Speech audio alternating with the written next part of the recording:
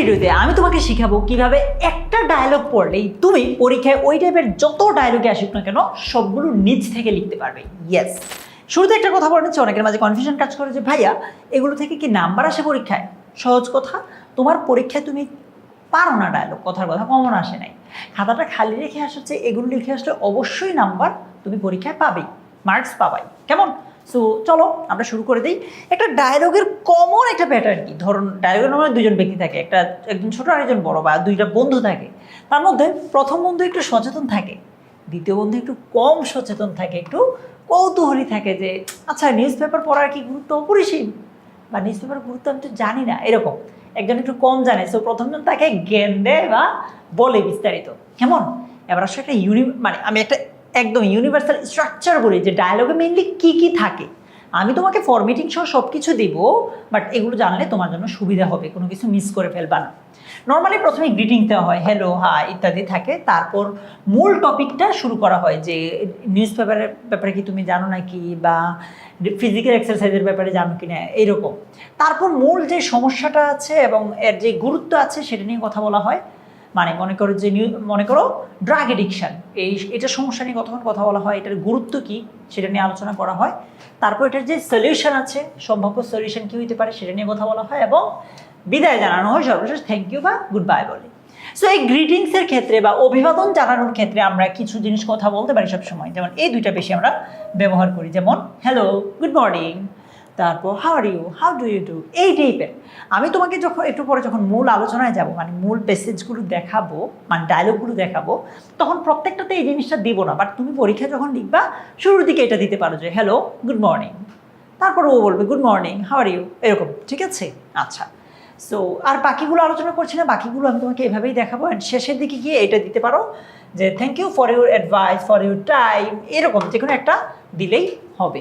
ওকে? আচ্ছা, চলো আমরা এবার মূল আলোচনায় যাই। দেখো ডায়লগ কিন্তু বিভিন্ন টাইপের হইতে পারে, যেমন ধরো স্বাস্থ্য বা অভ্যাস, এগুলো নিয়ে এক ধরনের হইতে পারে, সামাজিক সচেতনতা নিয়ে আরেক ধরনের হতে পারে, শিক্ষা নিয়ে এক ধরনের ডায়লগ হইতে পারে। সো প্রত্যেকটা টাইপ কিন্তু আমরা টাইম স্ট্যাম্প সহ ইউটিউবে দিয়ে রেখেছি, তুমি চাইলে সহজে এখান থেকে দেখতে পারবা।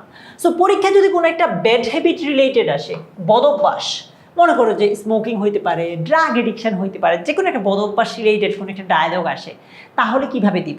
আচ্ছা, শুরুতে বলে নিচ্ছি, আমি এখানে যে পয়েন্ট আকারে দিয়েছি, এই যে দেখো পয়েন্ট আকারে যে ভাইয়া দিয়েছি, তুমি অবশ্যই অবশ্যই পরীক্ষায় এই পয়েন্টগুলো দিবা না, দিলে নাম্বার কাটা যাবে। কেন? আমি এগুলো তোমাকে বোঝানোর জন্য, প্রথমটা আমি বোঝানোর জন্য তোমাকে এটা দিয়েছি, মনে থাকবে?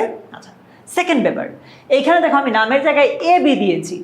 পরীক্ষায় নর্মালি নাম দেওয়া থাকে, এরকম থাকে যে suppose you are Mahim, your friend Zahir. So এখানে এর জায়গায় তুমি মাহিম দিবা, বি এর জায়গায় জহির দিবা। মনে করো পরীক্ষায় নাম নাই, তুমি তোমার মতো দুইটা নাম দিবা, বাট তাও এ বি দেওয়ার দরকার নেই। ঠিক আছে? সো কীভাবে লিখতে পারো? হ্যালো মাহিম, বা hello Zahir, how are you, I am fine thank you, what about you. এই যে এইভাবে একদম শুরু করবে। হ্যাঁ, পরের প্যারাগ্রাফগুলো ডায়লগগুলোতে আমি তোমাকে এই অংশটা হয়তো ভালোভাবে লিখে দিব না, কারণ এটা তো সহজ জিনিস, এটা তুমি নিজের মতো করে প্রত্যেকটাতে লিখবা। এরপরে মূল টপিকে আসবা যে I am good but I am worried, আমি একটু চিন্তিত। ইউ আর স্মোকিং, মনে করি স্মোকিং যদি পরীক্ষা আসে, ডায়লগটা যে ধূমপান নিয়ে একটা ডায়লগ লিখো, বা ড্রাগ এডিকশন নিয়ে একটা ডায়লগ লিখো। So I am worried because you are taking drugs, তুমি ড্রাগ নিচ্ছ রেগুলারলি, নিয়মিত। Isn't it harmful? তো ও তো একটু কম সচেতন, ও বলবে I don't think it is that serious, আমি আসলে মনে করি না যেটা খুব serious. Why are you so concerned, তুমি কেন এত কনসার্নড? এরপর আলোচনা শুরু হবে যে মানে এখানে ব্যাড হ্যাবিটটা হবে, মনে করো যে ড্রাগ এডিকশান হলে ড্রাগ এডিকশান, স্মোকিং হলে স্মোকিং দিলে এইভাবে। ঠিক আছে? এটা কি হয়, ক্যান্সার হয় বা অবেসিটি, স্থূলতা হয়, কী মানে যেটাই হয় দিলা তুমি এখানে, যে কোনো একটা দিও আর কি। দেওয়ার পর এরপর বাকি অংশ আমি পড়ছি না, তুমি স্ক্রিনশট নেওয়ার সুযোগ দিব তোমাকে, নিয়ে নিও। দেন এভাবে বলার পর এই যে এটা কিভাবে ছাড়তে পারে বলছে, মানে সলিউশনটা কি এটা বলছে, quit it and replace it with exercise বা রিডিং, যে কোনো একটা দিতে পারো তুমি। হ্যাঁ, দেন বাকিটা লিখলা, সর্বশেষ বিদায় জানাবা। কেমন? আচ্ছা, সো আবার বলছি, greetings, topic introduction, main discussion, solution, farewell, এই যে ব্যাপারগুলো, এই পয়েন্টগুলো তুমি দিও না। কেমন? পরীক্ষাগুলো দিলে নাম্বার ঠিক থাকবে না। সো স্ক্রিনশট নিয়েছ, পেজ নম্বর 1 ডান। আচ্ছা, পেজ নম্বর 2 স্ক্রিনশট নেওয়া ডান। অলরাইট, এবার সব পড়াশোনা রিলেটেড বা শিক্ষা রিলেটেড কোনো একটা ডায়লগ আসলে নিউজ পেপার হইতে পারে, রিডিং বুকস হইতে পারে, বই পড়া হইতে পারে, লাইব্রেরি হইতে পারে, ইংলিশের গুরুত্ব হইতে পারে, পড়ার যে অভ্যাস আছে এটা নিয়েও হইতে পারে। ঠিক আছে, সো গুড মর্নিং, তারপর নামটা বললাম, মনে আছে তো কীভাবে বলবো, একটু আগে বলেছিলাম হাউ আর ইউ, প্রথম লাইনটা এরকম হইতে পারে, ধরো এই দরকার নেই, প্রথম লাইনটা তুমি ওইভাবে দিতে পারো, কেমন? আচ্ছা, এইভাবে গ্রিটিংস শেষে মানে প্রথম লাইনটা তুমি এইভাবে দিলা যে hello, how are you, I am fine, thank you, what about you, তখন বললা আই এম গুড, মানে এতটুকু পর্যন্ত সবগুলোতে তুমি সমান রাখবে, হ্যাঁ, এতটুকু পর্যন্ত সবগুলোতে সমান রাখবা। দেন তুমি বলবা have you read the newspaper today, তুমি কি আজকে নিউজ পেপার পড়েছ? তো এরপর বলবে no I read newspaper, is it really necessary, এটা কি সত্যিকার প্রয়োজন? বলবে অফকোর্স, রিডিং নিউজ পেপার হলে নিউজ পেপার, বুকস হলে বুকস, বা ইংলিশ হলে English is very important for our development, মানে পরীক্ষায় যেটা আসে তুমি এখানে ওইটা দিবা। ঠিক আছে, বলছে I spend most of my time on social media, isn't that enough, বলছে আমি আমার অধিকাংশ সময় সোশ্যাল মিডিয়াতে, সামাজিক যোগাযোগ মাধ্যম যেমন ফেসবুক, ওইখানে কাটাই, এটা কি যথেষ্ট নয়? বলছে social media spreads misinformation, social media আসলে ভুল তথ্য ছড়ায়। এখানে নিউজ পেপার আসলে যে newspaper gives accurate verified news, ঠিক আছে, বা বুকস বা অথেন্টিক বুকস গিভ একিউরেট, যেভাবেই দাও দিবে। আর যদি ইংলিশ, ইম্পর্টেন্স অফ ইংলিশ আসে তখন আবার এই লাইনগুলো দেওয়ার দরকার নাই। ঠিক আছে, কারণ এটা তো নিউজ পেপার নিয়ে বলছে। বলছে that make sense, does it help in studies and exams too? আচ্ছা, এরপর এই তো এইভাবে আমরা লিখলাম যে yes it helps in essay writing, comprehension, current affairs sections ইত্যাদি, এইভাবে সব কিছু বললো, কেমন? সো এইভাবে তুমি লিখতে পারো। এটা মেইনলি নিউজ পেপার বা স্টাডি হ্যাবিটস, রিডিং বুকস, এগুলোতে বেশি ইম্পর্ট্যান্ট। ইম্পর্টেন্স অফ ইংলিশে কয়েকটা লাইন একটু এদিক সেদিক করতে হবে আর কি। এনিওয়ে, স্ক্রিনশট নিয়েছ, পেজ 1, ওকে, পেজ 2 ডান। আচ্ছা, এবার আসো পরিবেশ বা প্রকৃতি রিলেটেড যে ডায়ালগগুলো হইতে পারে সেগুলো একটু আমরা দেখি।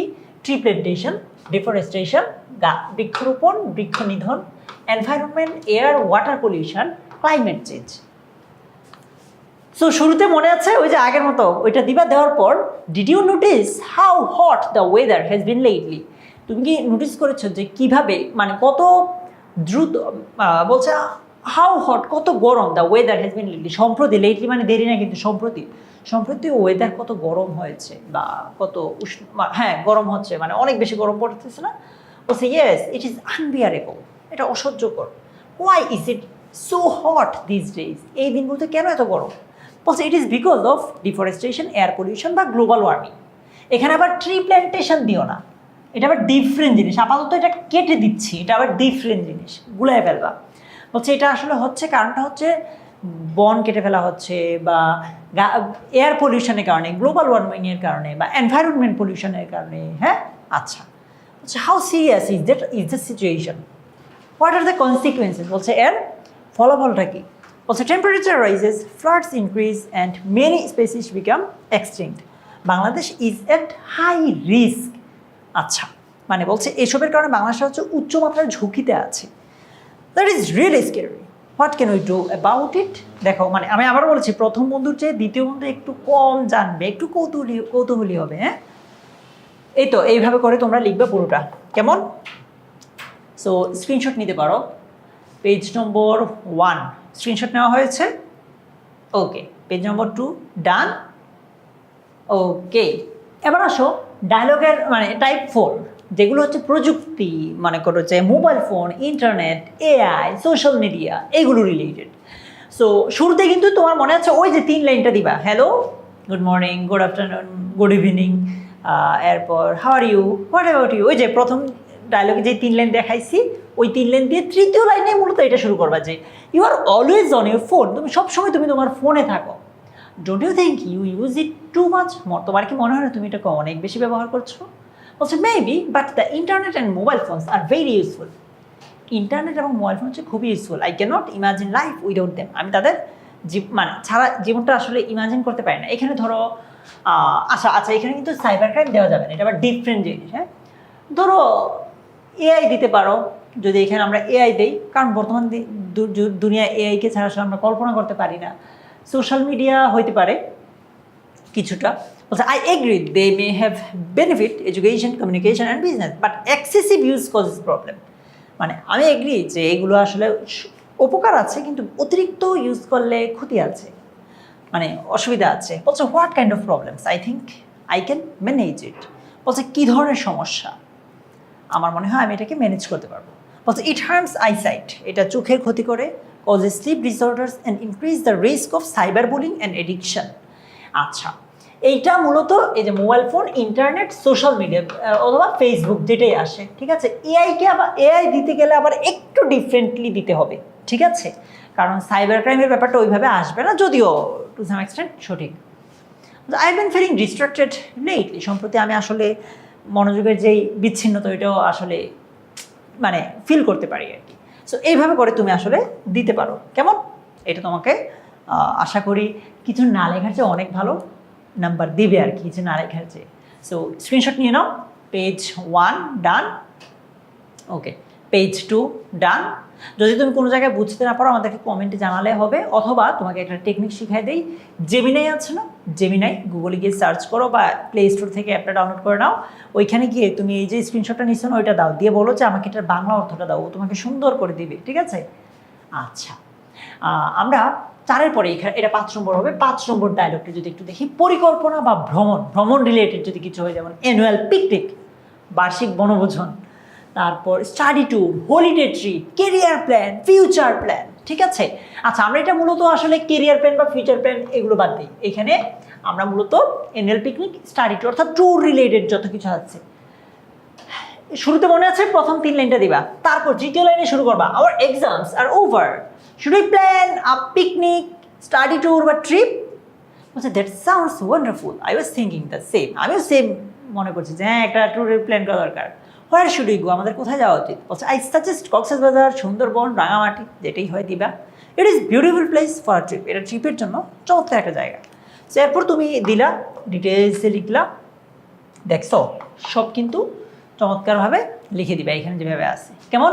যে স্ক্রিনশট নেওয়া হয়েছে 5 নম্বরটার পেজ 1, 5 নম্বরের পেজ 2 স্ক্রিনশট নেওয়া হয়েছে। অলরাইট, এই তো ডায়লগ। খুব সহজেই কিন্তু আমরা এগুলো একটু মাথায় রাখতে পারি, যাতে করে পরীক্ষায় কোনো কারণে কমন না পড়লে আমরা উত্তর করতে পারি, ঠিক আছে। তোমাকে অন্যান্য যে টপিকগুলো আছে রাইটিং পার্টের, সেগুলো নিয়েও আমরা ভিডিও দিয়েছি ডিসক্রিপশন বক্স থেকে, সেগুলোও দেখে নিতে পারো। তোমার সাথে দেখা যাচ্ছে ওই ভিডিওগুলোতে। ভালো থাকো, তোমার জন্য অনেক অনেক শুভকামনা। টাটা।